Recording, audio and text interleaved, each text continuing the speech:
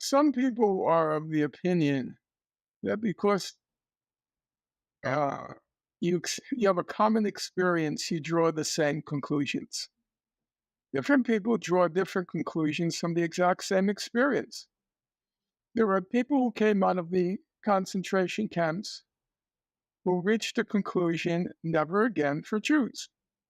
And as I said, after the war, and come 1947, they're going to do what it takes to create a state, come what may, whoever gets in our way. They were absolutely ruthless, and they expelled the indigenous population. 90% of the Arab population of the state that became Israel was expelled. And their home land flattened to be rebuilt, but for a new population. There are others who came out of the experience who said never again to anybody, not just never again to Jews. Now, my parents fell into the second category. They had an absolutely horrible marriage. I used to call it a marriage made in hell. Horrible marriage. However, my mother once said to me, Norman, for all the fights with your father and for however horrible that marriage was, we never disagreed about politics. So I mentioned that because I was talking to my brother the other day. I had been on Piers Morgan, his program. And he asked me, what do you think my parents would have thought of what I was saying about Israel and Gaza? And I gave my opinion. I said, I think my parents would have been on the side of the people in the concentration camp, the people of Gaza. But of course, I said on the show, if you watched it, I said it's pure speculation. I can't prove that. So then I called up my brother, because I do care about accurately rendering my parents' memory. I don't want to appropriate it as my own. It's theirs. And I want to accurately represent who they were, not who I am. So I asked my brother, what do you think Mom and Dad would have said about what's happening in Gaza? And my brother said, Mom, she would have been screaming out the window, Nazis, Nazis, Nazis, Nazis. And then he said, my father, who's more subdued, he would not have liked what was happening. He would not have liked it. It's true, my father was non-confrontational. My mother was very confrontational. So when you talk to me about the Israeli response, I would say that's the response of some Jews. But Jews like my parents? No. Impossible. So that's my answer. My parents would have called them Nazis for what they're doing to those. There is, you don't want to make comparisons. It's very hard to make comparisons. But the closest analog to what has been done to the people of Gaza, when you've read the history, the closest analog is what happened to the Native Americans. I once wrote a long article on the Cherokee, comparing it to the situation of the Palestinians. If you know the story of the Cherokee, they started out in the Northeast, and they're pushed, and they're pushed, and they're pushed. And then there's a trail of tears, and they're pushed from, I think, Mississippi and North Carolina to Arkansas.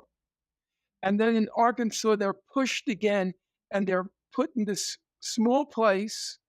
The settlers come in to overwhelm them numerically, and then the state of Oklahoma is created.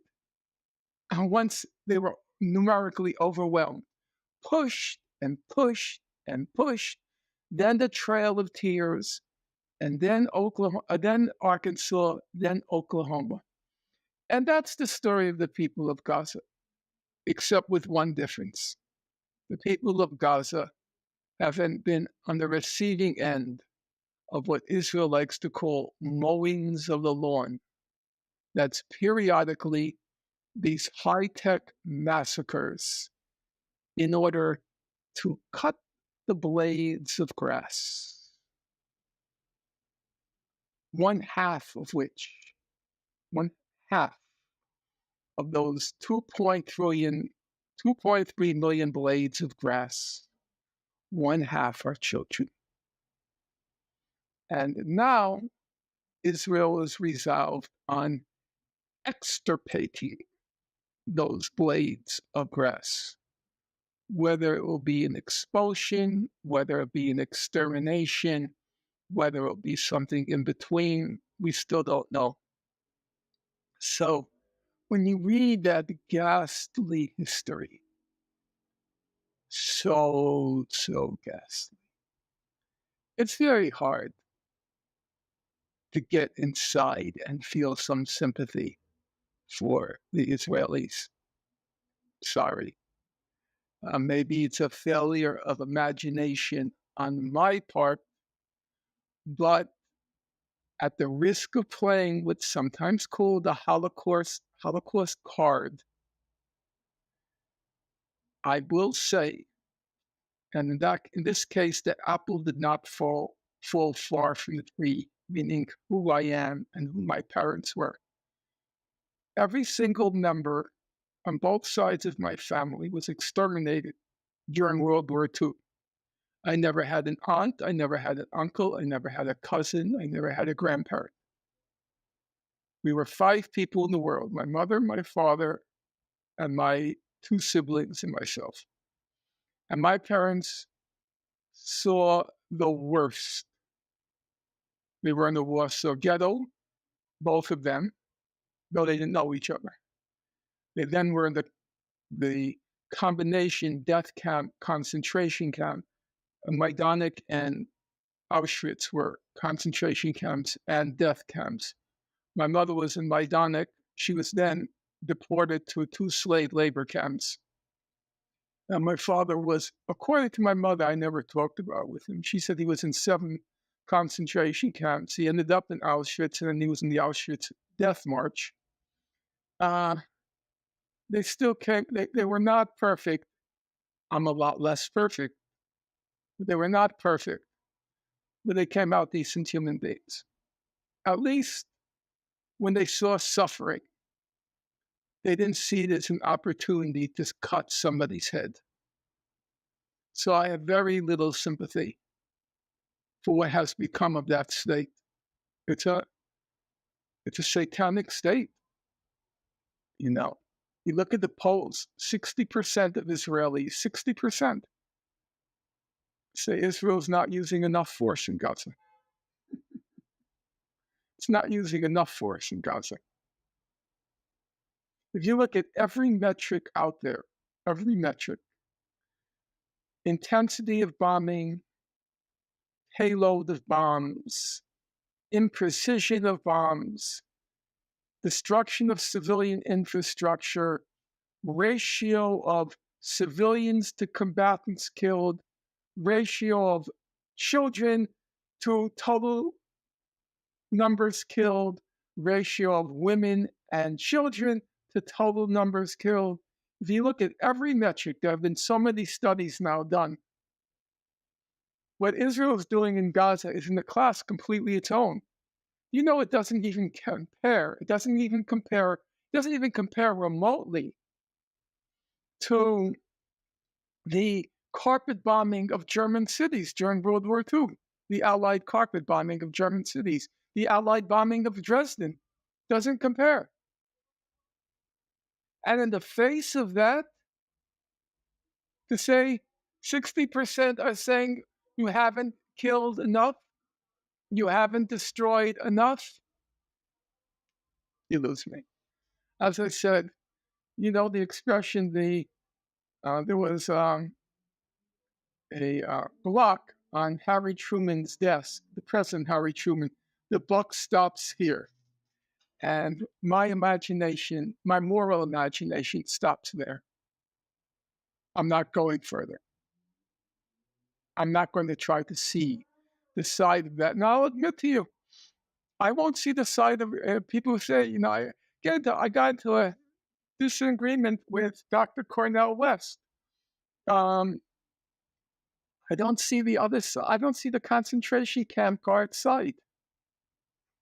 I told Dr. West, you're not going to get me to call them brother and sister. It's not going to happen. I have limits on my moral imagination. And just as calling a concentration camp guard brother or sister, as I told Dr. West, is a sacrilege on the dead, in my opinion. I am not going to say I can understand where the Israelis are coming from. I won't go there. No. Killing 8,000 children in 2 months? The total, do you know that is more children killed than every single combat zone for the years 2020, 2021, and 2022 combined? Combined. More children killed. Now, who are they killing? They're killing people in a concentration camp. They're killing people in a concentration. They can't go anywhere. They can't flee.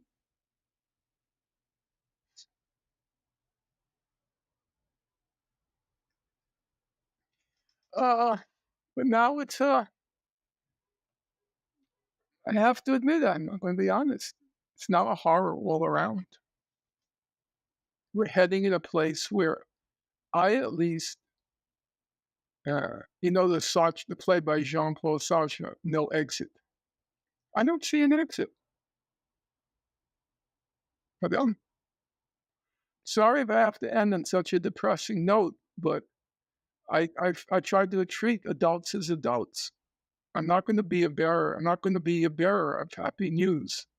I think this is a genuine catastrophe, not a human catastrophe in the first place, but it can turn into a political catastrophe of dimensions which none of us want to imagine. And I would be very happy, really. This is one of those situations where I would be very happy to be proven wrong.